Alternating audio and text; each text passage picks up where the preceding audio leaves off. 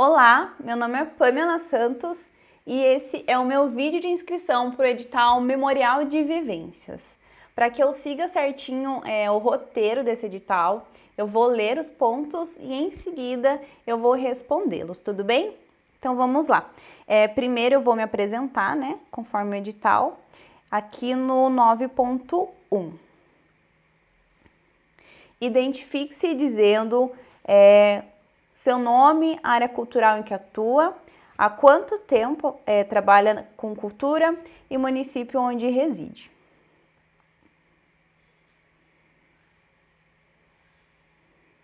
Então, como eu disse, meu nome é Pamela Santos, na verdade, Pamela dos Santos Alves. Me apresento como Pam Santos ou Pamela Santos. Eu atuo como agente cultural ativa no município, trabalhadora há 8 anos. E eu atuo ali em diferentes áreas culturais, porém todas elas se voltam para dentro da diversidade cultural. Mais especificamente dentro da cultura hip hop, e ali eu exerço a minha arte principal, que é ser MC. MC, então, é mestre de cerimônias. Uma mestre de cerimônias, ela apresenta um evento, ela compõe as músicas, e ela também faz poesias, então tudo isso eu sou. Então sou mestre de cerimônia, compositora, produtora cultural ativa há 8 anos e eu sou nascida no interior de São Paulo, porém meu pai e minha mãe vieram para Curitiba quando eu já tinha 4 anos e hoje eu resido em Fazenda Rio Grande já fazem 7, 8 anos. Vamos para o segundo ponto então. Segundo ponto, conte quais são as suas origens, como começou o seu envolvimento com a área cultural em que atua e sua trajetória enquanto trabalhadora de cultura. Então vamos lá. Essa pergunta é bem extensa, não é uma pergunta, né? Então em algum momento eu vou dar uma olhadinha aqui para eu não me perder. Então para falar de origens eu tenho que falar de onde eu vim, então vamos começar pelos meus pais, né? Os meus pais, eles já eram, assim, da aura artística, eles se conheceram... Bom, minha mãe era cantora e meu pai dançava break, era b-boy, sem saber, na época do auge do hip hop, quando ele desceu da América do Norte aqui para a América do Sul, no Brasil, e explodiu em São Paulo. Então, estava no auge do movimento, assim. E eles se conheceram nesse momento, enfim... Se relacionaram, tiveram mais 3 filhas lindas. Eu sou a 4ª filha, a caçula. E um pouco antes do meu nascimento, meu pai teve... assim, ele queria muito sair da cidade, porque ele vivia numa situação bem periférica, não no sentido bom, né? Apesar da periferia ter todos os pontos bons que tem, a gente sabe das dificuldades que é viver em zonas periféricas, em zonas marginais. Então, meu pai queria muito dar uma qualidade de vida melhor para as filhas e sair daquele lugar. Então, meu pai recebeu um convite na época de uma empresa, só que para ele poder trabalhar nessa empresa, ele teria que sair da cidade e ir para outras cidades. Então, ele aceitou, abraçou. Na época, então, ele ainda morava em Campinas, foi de Campinas para Pederneiras. Nasci lá, só fui para nascer e saí de lá já com 4 anos, ainda com 4 anos, né? Chegamos então em Curitiba e em Curitiba eu morei no bairro Pinheirinho toda a minha infância e hoje eu moro em Fazenda Rio Grande.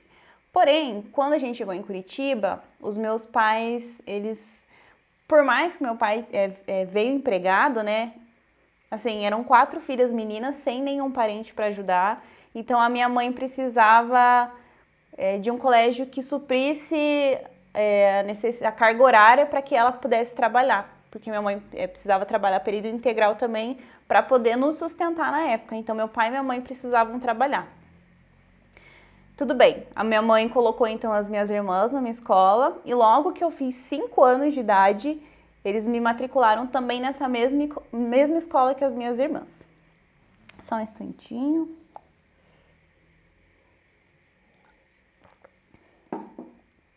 Essa escola, para minha alegria, para minha sorte, para o meu êxito como artista, além de oferecer na época um estudo incrível nos parâmetros de escola pública, era uma escola municipal incrível, assim, onde o ensino era incrível. Eles ofereciam também 2 atividades de 1 hora cada, no caso antes e depois da entrada das aulas normais, né? Então eles chamavam de oficinas na época, ainda é oficina, né? Enfim, nessas oficinas a gente tinha a oportunidade de escolher o que ia fazer. Então as oficinas que eles proporcionavam pra gente, geralmente era em torno ali da cultura. Então foi uma escola que abriu os meus olhos e fez brilhar a bulica dos meus olhos para a cultura. Essa escola, eu queria até citar o nome dela aqui, é Lamartine. Se um dia vocês verem esse depoimento, sou muito grata por ter estudado lá. Muito grata mesmo. Então, voltando um pouquinho, lá nas oficinas, então, as oficinas elas eram de teatro. Então, no teatro eu aprendia a atuar, aprendi a fazer cenário, aprendi a roteirizar. Então, nossa, tive oficina de música, então aprendi a tocar um pouquinho de xilofone, um pouquinho de teclado, enfim, metalofone e tudo isso na prática, né? Tinha oficinas de canto coral, tinha oficina de dança e uma das oficinas que mais me encantou foi essa oficina de canto coral, porque eu já gostava de cantar, né? E lá eu pude me aperfeiçoar, tanto a voz como artista.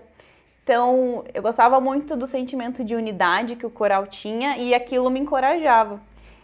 Passaram alguns anos e eu continuei me inscrevendo nessa oficina de canto coral e pegando gosto pela música e por cantar. Enfim, passaram alguns anos e eu tive a oportunidade com a escola de poder fazer apresentações em vários equipamentos, né? Alguns equipamentos privados e outros equipamentos públicos. Os privados, por exemplo, teve a visita do Circo da Turma da Mônica, na cidade de Curitiba, e eu tive a oportunidade de cantar lá. Eu tive a oportunidade de me apresentar na frente do Palácio Iguaçu, na época com o Proerd, cantei também. A Ópera de Arame, que é pública, eu tive a oportunidade de fazer o primeiro solo da minha vida na Ópera de Arame. Então, para mim, foi uau, foi o auge. E isso tudo me fez ter gosto, né? Pela música, pela arte. Eu pude lapidar meus conhecimentos com a arte um pouquinho. E isso até os meus 10 anos de idade. Então, isso mostra o quanto a escola é importante para fazer essa introdução da criança e gerar essa interação com a arte. Então foi essa escola, a SEI Lamartine, que me introduziu à arte e eu sou muito grata até hoje. Deixa eu dar continuidade ao ponto, então.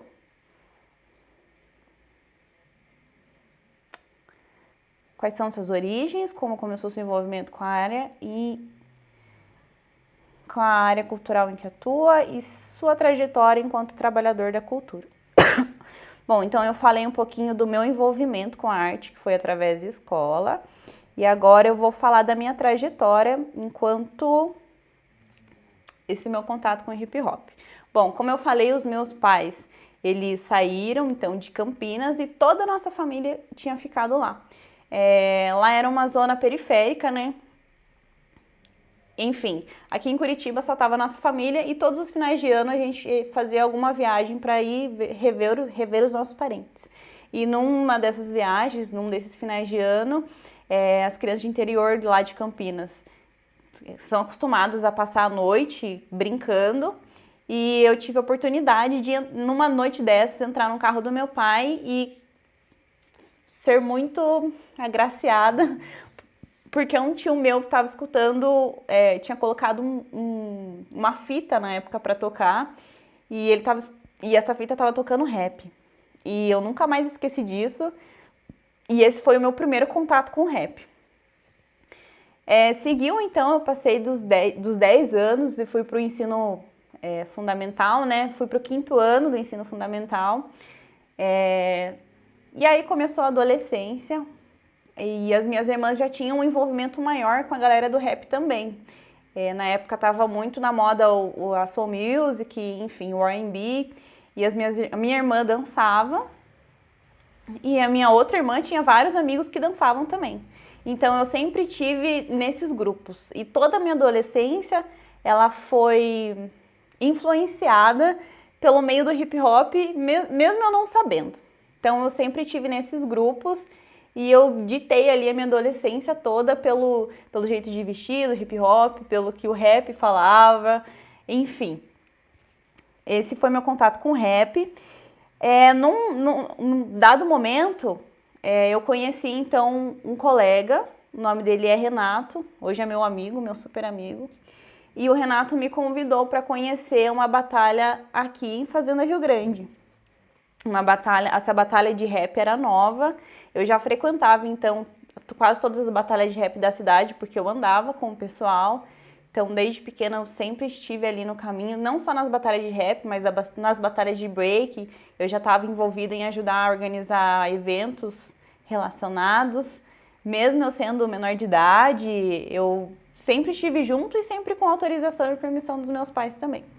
Então, o apoio dos pais faz muita diferença, posso dizer isso aqui. Passando isso, então, eu vim até Fazenda Rio Grande conhecer esse evento. O nome desse evento na época era só uma batalha, não era nem um evento, e chamava Fazenda Rima. Vim uma vez, vim duas vezes, na terceira vez eu já pedi para ajudar ali, para soltar o beat no computador. Quem organizava esse evento na época era o Renato e a esposa dele. E esse evento, na época, a organização desse evento era uma prancheta velha com papel e uma caixinha de som desse tamanho, péssima, mas funcionava. E os dois ali, um para anotar os nomes e o outro para tocar o beat ali, para o pessoal poder rimar. Enfim, então esse evento ele ficou ali durante uns 9, 10 meses sendo dessa forma. Até que veio a ideia, e eu fui me envolvendo, né? Até que veio a ideia da gente parar para pensar e eu falei, dá pra gente fazer uma apresentação, na época a gente sugeriu, né? Dá pra gente fazer uma apresentação numa escola e tal, e enfim, arrecadar, não sei, R$1 por aluno pra gente ajudar a pagar o frete do som e poder fazer o que a gente faz na rua dentro das escolas. Pedir essa doação voluntária para os alunos que puderem, enfim, não foi nada obrigatório. E a gente chegou lá e fez, e foi então o nosso primeiro Fazenda Rima nas escolas. Na época eu não apresentava, e a ideia de organizar o evento em si foi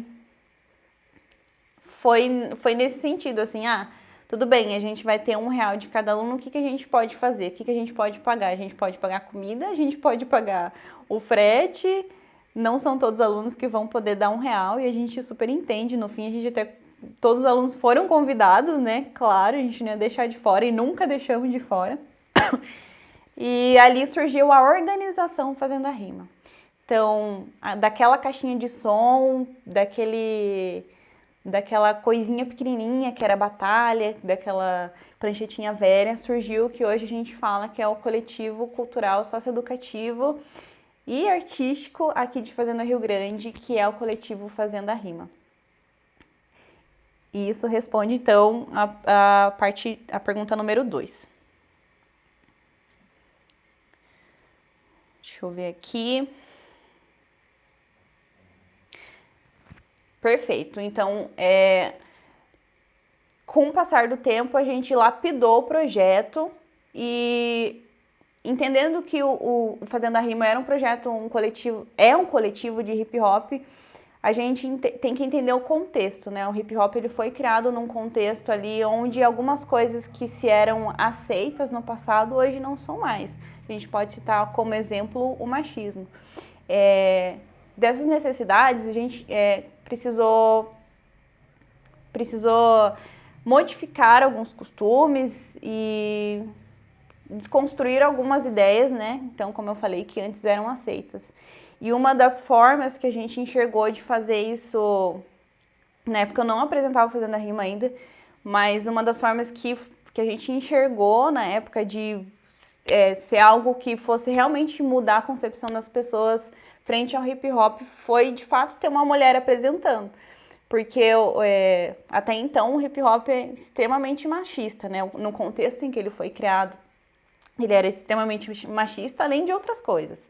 Mas teve toda a parte boa, né? Mas a gente sabe que tudo a gente está num processo de construção e desconstrução também. Então, colocar uma mulher no palco ia de tudo à frente do que a gente queria falar, né? Dava a intenção que a gente queria causar. Na época, eram mais 2 meninas que apresentavam, mas as meninas não conseguiram ali se manter se apresentando, até porque era um evento voluntário, então tinha que pagar passagem, tinha que estar ali toda semana, tinha que ter um certo compromisso. E elas não conseguiram, até que chegou num ponto em que eu falei, então beleza. Todo mundo olhou pra minha cara e falou, você pode apresentar. E eu já escrevia na época, e eu falei, não, mas aí falou todo mundo, vai, a gente ajuda. E eu tive a oportunidade, o hip hop mesmo, eu posso dizer, me oportunizou a ser uma das primeiras MCs, se não a primeira MC mulher de Fazenda Rio Grande, como mestre de cerimônia mesmo, não só como rapper, escritora. E que já vão fazer 8 anos em que eu apresento o evento, e muito feliz por isso. Então, hoje eu sou mestre de cerimônia, organizadora, editora-chefe do coletivo e tô aqui. Isso faz parte da minha trajetória. O Fazendo a Rima também me proporcionou outros trabalhos e eu vou falar mais à frente deles, tá? Perfeito, então vamos agora para 9.3. Deixa eu ver o tempo.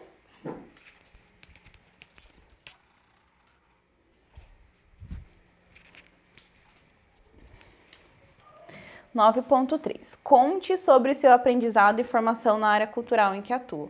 Bom, para ser mestre de cerimônia, não existe uma escola, né? Não existe uma escola de rappers, ou pode até existir, mas enfim. A área em que eu atuo é uma área, posso dizer que quase totalmente autodidata. É muito mais uma questão de você gostar e se dedicar e existir um esforço ali para ter o reconhecimento do que um diploma.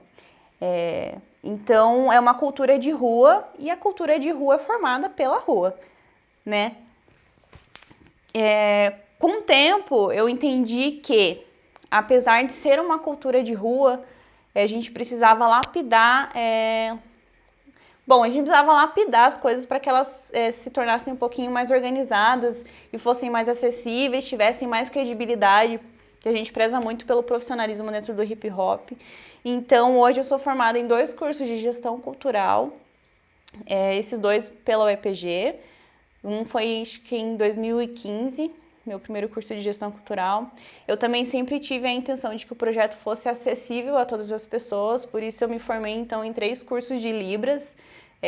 Quero continuar estudando para não esquecer e para poder acessibilizar tudo que eu faço, tudo que eu falo também para a comunidade surda, para que eles se sintam abraçados.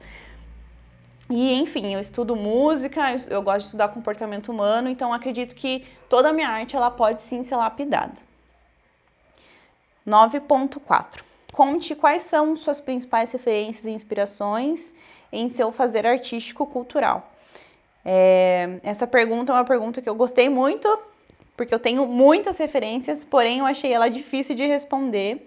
Separei 4 pessoas assim, que eu considero referência, tanto a nível nacional quanto a nível mundial.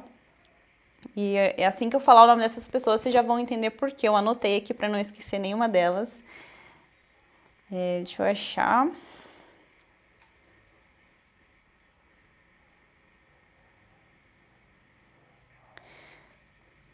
Aqui, referências. Então, quando a gente fala de referências, a gente fala automaticamente de identificação. Identificação me lembra a identidade. Eu lembro que quando eu era pequena, nas apresentações que as pessoas iam fazer, eu tinha poucas referências de mulheres como eu. Então, eu tenho algumas referências agora, graças à internet, muito, né? E um pouco da televisão. de algumas mulheres que com certeza fazem diferença no mundo ou no mundo em que elas vivem. Então, vou citar alguns nomes.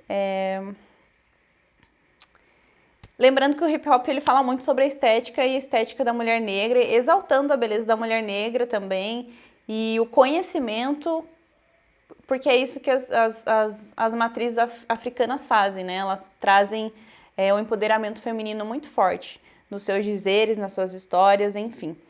Vou falar então o nome delas. Primeiro eu queria falar que a minha principal referência são as mulheres da minha família, são todas mulheres negras e compartilham da mesma história que eu, mulheres de resistência. E depois, então, no espectro artístico, eu vou citar esses nomes que eu deixei aqui, que é Aretha Franklin, Nina Simone, a Cris do CNJ, a Viola Davis, a Roberta Estrela Dalva, que na época que foi a última apresentadora do Manos e Minas, Eliane Dias, Stephanie Roberta. E agora o meu amor é a filósofa, a escritora, ativista, a maravilhosa e que tenho acompanhado de perto, que é a Djamila Ribeiro. E, enfim, essas são minhas principais referências artísticas. 9.5. Conte suas obras, produtos, projetos de sua autoria e ou com sua participação. Eu vou falar então da parte do coletivo, né, do Fazendo a Rima, que eu já falei um pouquinho, mas eu vou dar profundidade. E vou falar um pouquinho também sobre as minhas outras obras num contexto geral, tá? Então, o meu principal trabalho hoje, minha principal área de atuação é como mestre de cerimônia do projeto Fazendo a Rima. Eu trabalho com toda a parte de organização, organograma e a logística do projeto.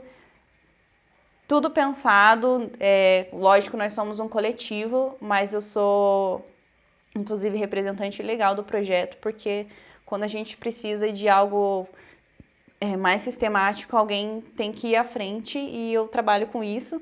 Além de eu apresentar o projeto, que é a minha paixão, meu ser, apresentar as batalhas de rap, enfim, as apresentações em geral. Eu também sou compositora, então eu escrevo.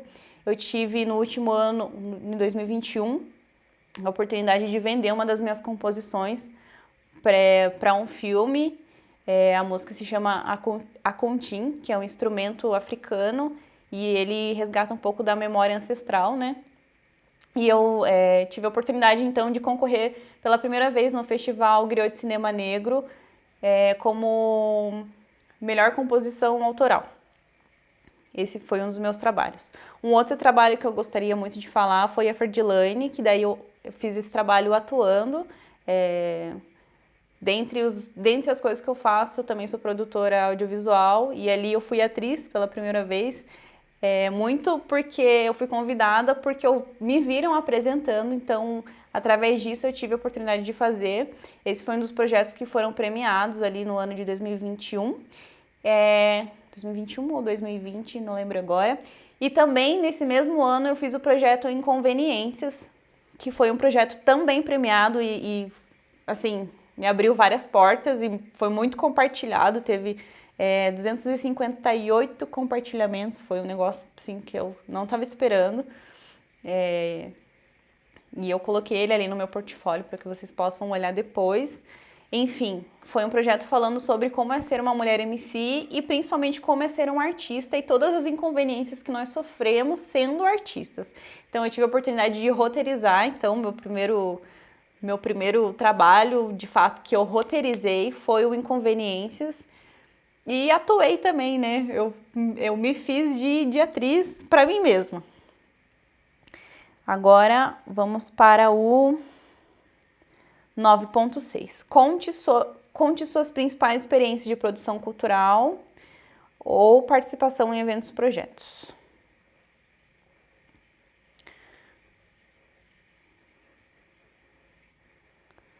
Bom, as minhas principais experiências, como eu falei, então, acho que meio que se liga à questão anterior.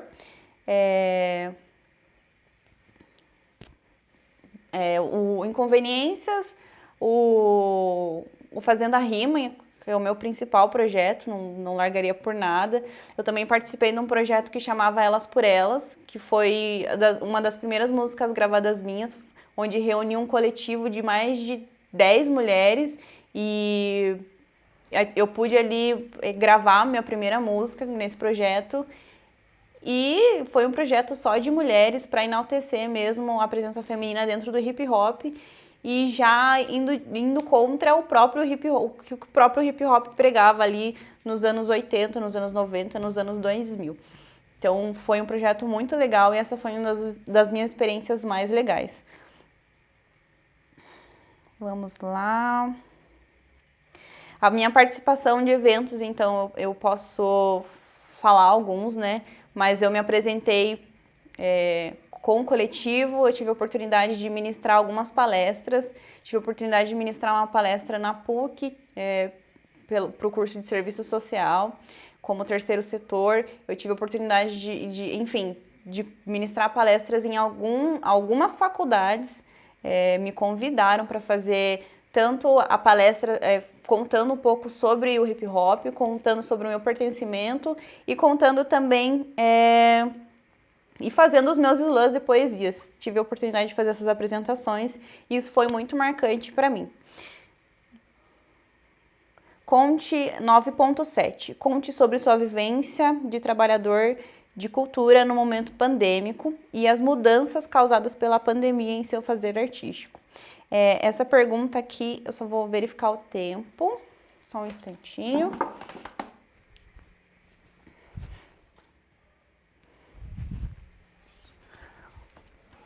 Bom, as principais mudanças, eu posso dizer que, de fato, o financeiro alterou. Eu tive a perca de muitas oportunidades de trabalho, porque pelo distanciamento. Porém, eu tive a oportunidade de produzir alguns conteúdos online e um dos conteúdos online me fizeram crescer bastante, que foi o Fazendo a Rima em formato de streaming. Enfim, ele teve bastante aderência e foi algo assim que me acrescentou muito, sabe?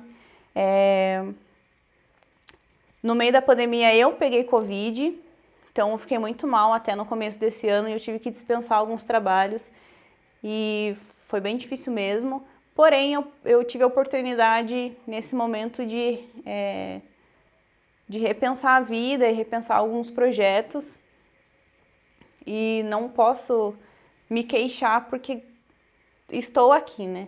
Então, como trabalhadora da arte, eu sou muito grata porque eu vi na pandemia a necessidade de se ser trabalhador da arte, de você tirar as pessoas daquele ritmo frenético delas e parar para pensar que por trás de tudo que elas estão consumindo dentro da casa delas vem de um trabalhador da arte. Isso foi uma coisa que assim abriu até para mim mesmo, abriu os meus olhos para eu me enxergar como trabalhadora da arte. Enfim, conte seus planos enquanto trabalhador de cultura para quando acabar o período pandêmico. Bom, para quando acabar o período pandêmico, o Fazendo a Rima ele tem um projeto muito legal e eu apresento esse projeto e apresento para os diretores das escolas públicas, que é o Fazendo a Rima nas escolas. Eu tenho contato direto então com os alunos e nesses últimos 2 anos e meio a gente não pôde fazer o Fazendo a Rima nas escolas. Então eu quero muito poder renovar essa interação com todos os alunos. Nós já passamos por todas as escolas de Fazenda Rio Grande, algumas escolas da Grande Curitiba e de Curitiba, e eu quero poder restabelecer essa conexão do Fazenda Rima com a arte dentro das escolas estaduais públicas, para que a gente seja fonte de conhecimento, de um conhecimento saudável, que eles possam protagonizar, né, ser protagonistas juvenis da própria história deles. E esse é um dos meus principais projetos.